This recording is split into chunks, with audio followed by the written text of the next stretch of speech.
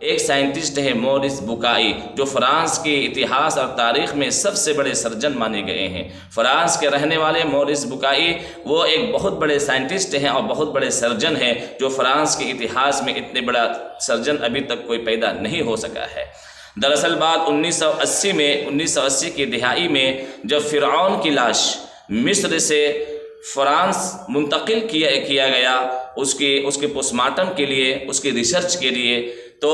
یہ ذمہ داری مورس بکائی کو سونپی گئی۔ مورس بکائی چونکہ اس زمانے کے سب سے بڑے سرجن اور سائنٹسٹ تھے، تو انہوں نے اس ذمہ داری کو قبول کیا اور فرعون کی لاش کا پوسٹ مارٹم کرنا شروع کیا اور فرعون کی لاش کا ریسرچ کرنا شروع کیا۔ میرے بھائیوں اور دوستوں، آپ کو بڑی حیرانی ہوگی، جو مورس بکائی نے ریسرچ کرنا شروع کیا تو انہوں نے اپنی باتوں میں سے ابتدائی بات میں یہ بات ارشاد فرمائی کہ اس کی لاش اور اس کی موت سمندر میں ڈوبنے کی وجہ سے ہوئی ہے۔ اس کی موت سمندر میں ڈوبنے کی وجہ سے ہوئی ہے، اور اس باڈی کو اور اس لاش کو موت کے بعد کسی سمندری ساحل میں ایک محفوظ مقام میں چھپا دیا گیا ہوگا اور محفوظ مقام میں اس کو لا کر رکھ دیا گیا ہوگا۔ یہ وہ اپنے ذہن اور دماغ میں ریسرچ لے کر وہ گھوم ہی رہے تھے، کتابوں کا مطالعہ کر ہی رہے تھے، وہ مختلف دین اور مختلف مذہبوں کا مطالعہ کر رہے تھے اور اپنے کتاب بائبل کا بھی مطالعہ کر رہے تھے۔ اسی درمیان میں ان کو کنگ عبدالعزیز یونیورسٹی سعودی عرب میں ان کو دعوت ملتی ہے کانفرنس میں۔ وہ اس کانفرنس میں جاتے ہیں اور کانفرنس کی ابتدا کی جاتی ہے قرآن مجید کی سورہ یونس کی آیت فَالْيَوْمَ نُنَجِّيكَ بِبَدَنِكَ لِتَكُونَ لمن خلفک آیا۔ اللہ رب العزت نے فرعون جب مر رہا تھا، فرعون جب ڈوب رہا تھا اس سمندر میں اور دریا میں، تو اللہ رب العزت نے فرمایا تھا کہ اے فرعون، ہم تمہاری لاش کو اور تمہاری باڈی کو ہم محفوظ کریں گے اور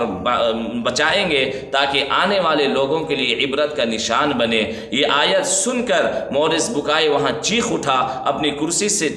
جم کر دیا اور چھلانگ لگایا اور چیخ اٹھا، اور مورس بکائی اسی وقت کلمہ اسلام پڑھ کر اسلام میں داخل ہوئے اور فرمانے لگے کہ قرآن مجید کی آیت اور قرآن مجید کی اس آیت نے مجھے بہت زیادہ متاثر کیا۔ اس کے بعد وہ فرانس جا کر 10 سال تک قرآن کا ریسرچ کرتے رہے، اس کا اسٹڈی کرتے رہے، اور مختلف کتابوں انہوں نے لکھی ہے جو یورپ اور امریکہ کی یونیورسٹیوں میں کتاب داخل نصاب ہے۔ تو ان کی کتابوں میں انہوں نے 10 سال کے ریسرچ کے بعد یہ بات تحقیق کے ساتھ لکھی کہ قرآن مجید میں جتنی بھی آیتیں ہیں، جتنے بھی پیغامات ہیں، اس میں ذرہ برابر بھی جھوٹ اور ذرہ برابر بھی ملاوٹ نہیں ہے۔ تمام کے تمام پیغامات اور آیتیں سچائی پر مبنی ہیں۔ میرے بھائیوں اور دوستوں، قرآن وہ کتاب ہے جو پورے دنیا میں روشنی پھیلا رہا ہے۔ چاہے لوگ اس کو جتنا زیادہ مخالفت کرے، اتنا زیادہ قرآن آگے لوگوں کو ہدایت کا راستہ دکھلاتے ہی چلا جا رہا ہے۔ ہماری ذمہ داری ہے کہ ہم لوگ قرآن سے جڑے، ہماری ذمہ داری ہے ہم لوگ اللہ کے رسول کی سنت سے جڑے،